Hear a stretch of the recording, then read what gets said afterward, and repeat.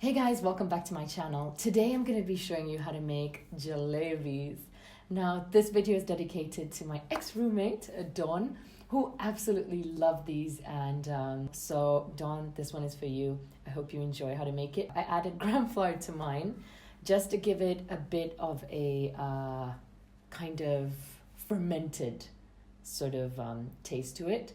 I know it's not the traditional jalebi recipe, guys. I usually don't have much time, so I can't leave things to ferment overnight. And I don't want to add any chemicals per se to my batter, so I just added baking soda and a little vinegar for that tang and for the fermentation to kind of speed up a little bit. So without wasting too much time, let's go to the kitchen and get started. So first we're going to make the syrup. I've added a cup of sugar and 3/4 cups of water. You want to then just swirl everything around. This is how we're going to be mixing this together. Don't use a spoon. I'm adding some saffron strands for color and 3 cardamom pods for a little flavor. And you want your sugar mixture to boil. Once it starts bubbling, you can see there's areas that don't have bubbles, so we're not quite ready yet. Once the whole mixture has bubbles everywhere, then you know you're kind of good to go. So that's about it, this level. And when you put a spoon in, it forms a film and coats the back of the spoon. Once you get to that, then you know you can stop. Just put the flame off, cover it, and set it aside. Now we're going to make the jalebi batters. I'm adding a cup of flour and 1/4 cup of gram flour. This is the yellow gram flour. I don't know if there's a different one, but this is the one I use.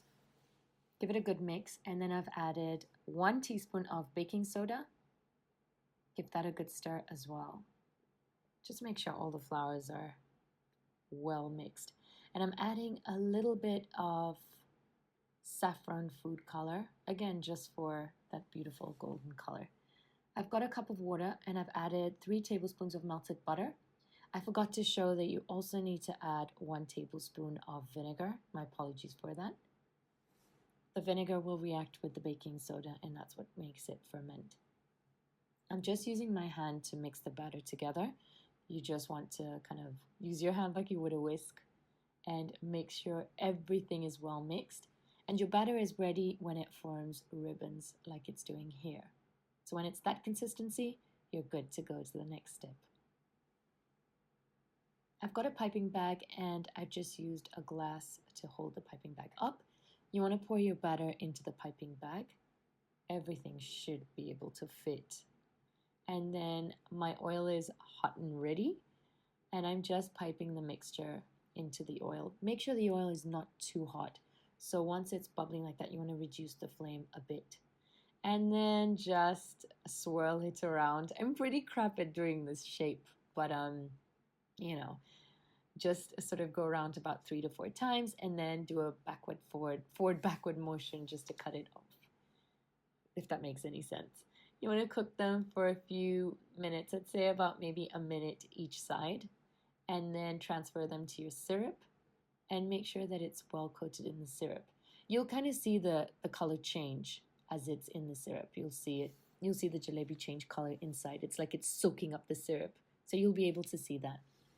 And once you're done with all the jalebis, it's time to just garnish. I'm using crushed up pistachios because I like the color. Whew! And that's that. I hope you enjoyed this tutorial. Guys, these are so good. I really can't stop eating them once I start.